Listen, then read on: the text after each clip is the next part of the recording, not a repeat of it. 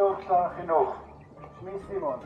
עכשיו עוד השרון, עבד לשעבר בטייסת 201, ובשנים האחרונות מורה למתמטיקה בבית ספר ירקון.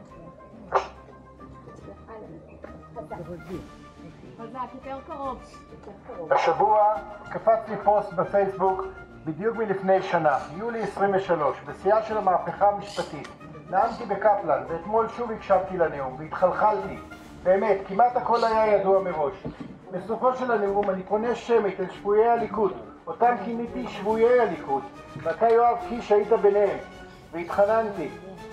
מצבה של ישראל מדרדר, דירוג האשראי בסכנה, נשיא ארצות הברית מחרים את ראש הממשלה, חמאס מרים את הראש וחיזבאללה מטיילים על הגדר ולא מפחדים. ההרתעה הישראלית נשברה. מה קרה לך?